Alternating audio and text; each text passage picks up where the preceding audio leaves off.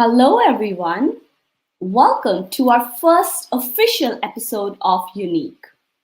YOUnique is an exclusive mentorship series podcast produced by Indian Women's Circle, focusing on career advancement, professional success, and transformation for women. If you're looking for mentorship and practical tips to grow in your personal and professional life, then you have come to the right place. Through YOUnique, we will bring you conversations on important topics with key actionable tips that you can take and work towards your goals, both personal and professional. And our first podcast is all about breaking the habits that are holding you back from achieving your next big success. And our conversation today is inspired by a book called How Women Rise by Sally Helgeson and Marshall Goldsmith, two known names who are also leadership experts and coaches and have trained thousands of men and women to reach greater heights of success. Please note, we will be making few references to the book in this podcast. But before we go ahead, I would like to introduce you to a special guest who will join me in this conversation today. Please welcome Bhanu Misra. Bhanu Misra is a technology professional. Her 16 years career spans technical project management, strategy, and innovation. She is an advocate for diversity in workplace and serves as a mentor and co-chair for women-focused employee groups. She's also a mom of two young girls, involved in Girls Guide community, and a distance runner. Bhanu, a very special welcome to our first IWC podcast. Thank you, Neha. It's so great to be here. Thank you. Such a pleasure to have you. So let's jump right in. Think about where you are in your career or in your profession. Are you at a place where you feel you have achieved what you aim for? Do you feel valued for the work you do? Do you feel you're recognized for your contributions and skills? If you answered no to any one of these questions, then, my friends, it's time for some self-reflection. It's time to look inside versus outside. As per our human nature, sometimes we feel that the way things worked out for us in the past, it will work for us in the future. But that might not be entirely true. If things are not happening the way you expect them to be, then it is the perfect and the right time to identify the behaviors and habits that are keeping you stuck. In today's podcast, we will talk about 4 habits that keep away women from reaching their full potential, their goals, and advance their careers. So let us begin. Bhanu, since you're our special guest today, what do you think is the first habit that can keep us distant from reaching our goals? Thanks, Neha.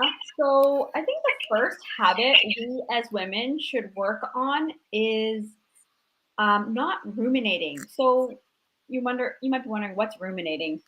Ruminating is actually giving too much energy to overthinking about the past. It's dissecting your past mistakes or blaming yourself, or even focusing on regret as opposed to moving on.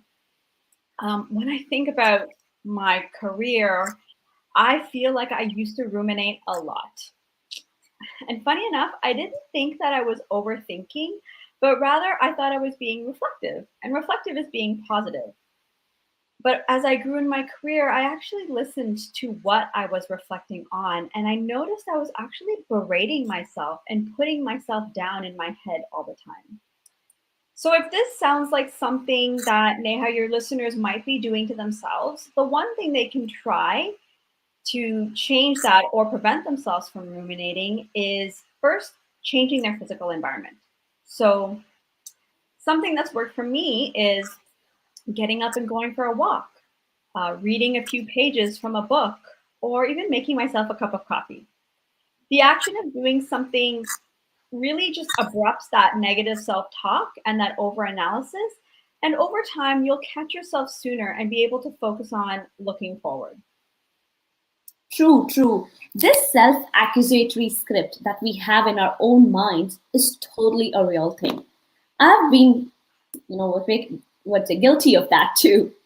We keep repeating in our heads, why did I say this? What she must have thought? What is wrong with me? These mental tapes are surely not worth paying attention to, and we really need to take deliberate action to stop it. I loved your idea of instant distraction, which also reminds me of the 5 second rule by Mel Robbins, who's a famous author. Whenever you find yourself caught in blaming yourself or stuck in the past, say 5, 4, 3, 2, 1 and stop. And trust me, it will help. With that, the second habit that stops women from reaching their full potential is reluctance to claim your achievements, which means over assigning credit for your success to teams, your partners, or your boss because you fear being perceived as a show off or a self promoting jerk. Now, if you struggle to claim credit for your achievements, it may cost you throughout your career. But the cost will be higher when you're trying to move to the next level or seeking a new job.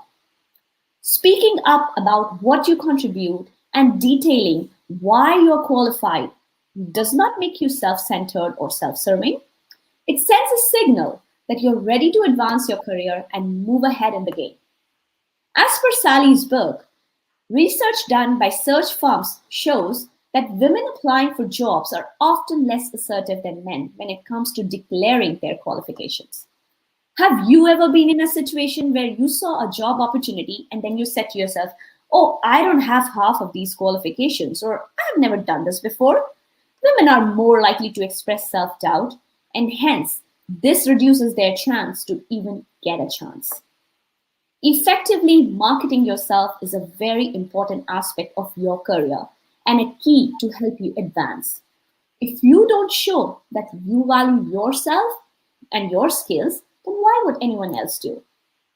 So the first way to deal with this habit is to try to think of the skills and qualities that sets you apart. Find opportunities to articulate what you're working on and how you contribute. Start talking about what you're doing and what you want to do. And that is just the beginning. I love that, Neha. I think it's important to acknowledge that this actually affects everybody. Thinking about myself, even though I was born and brought up in Canada, there continues to be cultural taboos that affect even me and have prevented me from being comfortable about talking about my own accomplishments. That's a very important point you said, Bhanu.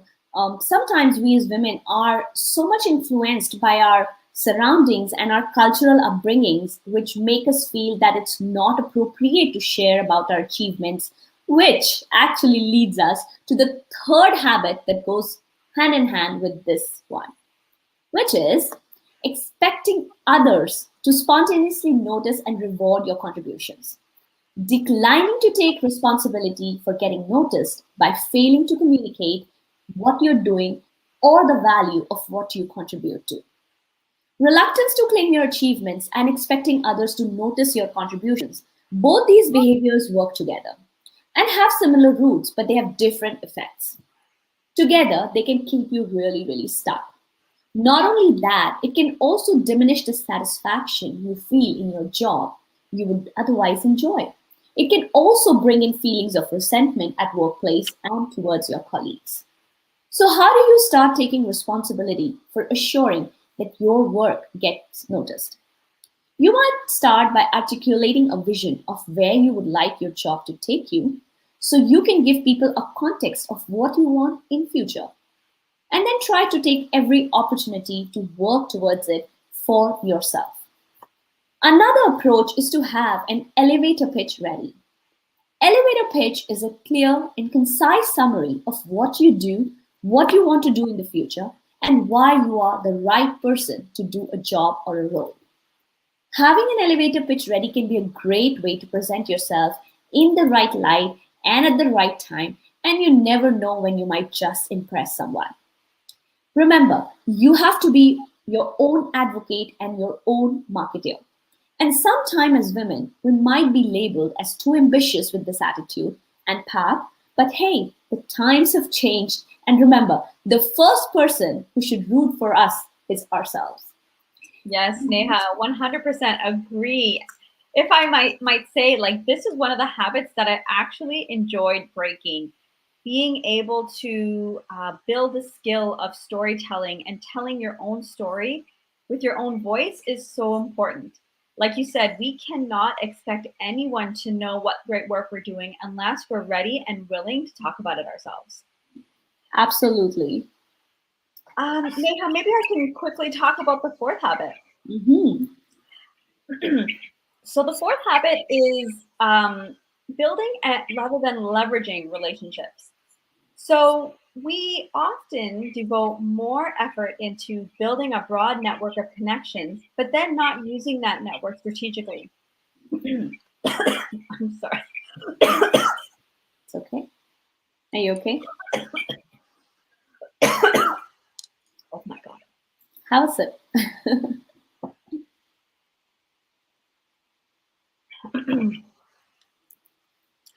So like I was saying, we often devote more effort to building a broad network of connections, but then not using that network strategically so that you as well as others can benefit. It can show up as not wanting to ask for help when you've already lent a helping hand. What I think it's important to realize here is that it's okay to be selfish and take care of yourself and work towards your own goals and aspirations. Ensure there's a balance of give and take with your network, and don't let fear, obligation, or guilt prevent you from using the relationships you have to pursue your goals. So, I just wanted to share with your listeners, Neha, 4 key basics of leveraging. Leverage is always reciprocal, meaning you help and I help, and it'll bring a mutual advantage to both parties. Leverage is used to achieve both tactical and strategic goals, both in the short term and in the long term. Leverage is highly intentional, meaning you establish a leveraged relationship with specific purpose in mind. And last, leverage brings distinctive rewards, meaning everything is measurable and concrete. So build, but also leverage those relationships in which you have invested your time and energy. So rightly said, Bhanu. I think this is also one of the very important habits that we need to look at, think about, evaluate, and really learn how to leverage relationships versus just building them. Well, thank you for joining me today, Bhanu. This brings us to the end of our podcast. Now that you know the key habits that keep you stuck, the best way to work on them is to identify the top 2 habits that you resonate with the most, and then start working on them one by one and start moving towards your bright future. Thank you once again, Bhanu, for joining me in this very important conversation and our first ever podcast, YOUnique. And I want to thank to all our audience who joined us today for the very first time for this mentorship series podcast. Remember, all of you are unique and you can rise and shine in your own unique way. All the very best. Thank you.